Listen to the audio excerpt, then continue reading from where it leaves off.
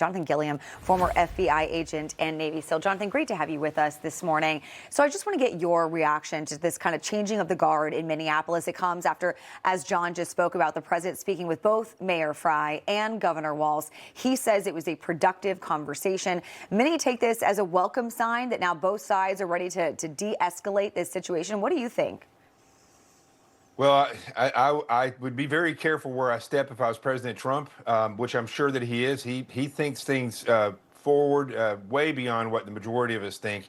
But I do believe that Tom Homan coming there is probably a good thing. Not saying anything about Bavino. I think he's done amazing work, and I hope they use this like they have with other tactics, like, for instance, putting the National Guard out on the street in Washington, D.C. and cleaning that up with federal officers. I hope that they're using him to keep the forward motion going. But Tom Homan coming in really does bring in a tremendous amount of power behind the person that's on the ground over somebody who's just in charge of the operations. Tom Homan brings political power. He brings intimidation to those leftists, because he is going to report directly to President Trump, which gets rid of all the red tape when they're trying to figure out and do new things. Great point. Yeah, to your point, Jonathan, I mean, the border czar comes in after a chorus of calls, even from Republicans, for a reset. And there have been reports that rank and file officers felt uneasy about DHS claims that Alex Preddy planned to massacre law enforcement. We take a look at some of these headlines. Politico, ICE shootings are freaking out the GOP. Axios, the dam is breaking on Republicans, questioning Trump's DHS. I mean, it seems like the president's reading the tea leaves here and made the right call to make a change in direction at the right time. What do you think? Well, I don't know how much of a change of direction is. I mean, if he pulls people out of there, he's going to give Tim Walz a political victory. That's for sure. If he leaves the people in there, but gets Tim Walz and the mayor there in Minneapolis to actually allow the police to do their job, what you're going to see are these operations are just going to be fast and painless, and they're going to basically hamstring Walz and the mayor politically. So listen, I don't trust leftists. And I don't think that Tim Walz and the mayor having a good conversation with President Trump is anything that anyone should trust.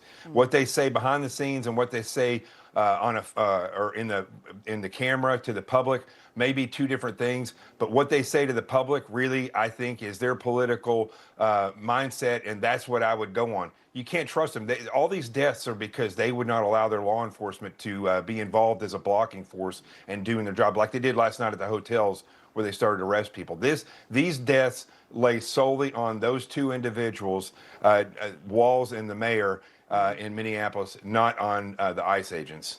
And it's one thing when you have the president saying that he's had productive conversations with Governor Walz and Mayor Frey as well, and that local law enforcement and federal agencies are going to now work together to kind of de-escalate. But then you have the protesters in the streets. They're not really getting any of these messages. They'll do whatever they want to do, as we've seen. Could that be a problem moving forward? No, if it's done correctly by President Trump, then and Tom Homan, it will actually be a benefit if these people continue to come out and they get arrested. Because I think a lot of these people can be charged federally, but the DOJ and the FBI, for instance, and all these federal agencies, they're not used to arresting people in mass for these types of crimes. They are used to big cases like the mob and people like that, where they have long-standing cases. But the DOJ needs to realize that they can pump attorneys into this area and start running these people through the system and get their names, flip some of them as sources, and start running these leftists just like you would any mob member, any criminal enterprise member.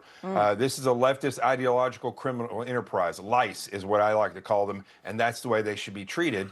They should be combed out, and they should be identified and flipped. All right, Jonathan Gilliam, great to have your insight this morning. Thank you. Information. Truth is freedom. Is Newsmax. It's real news for real people.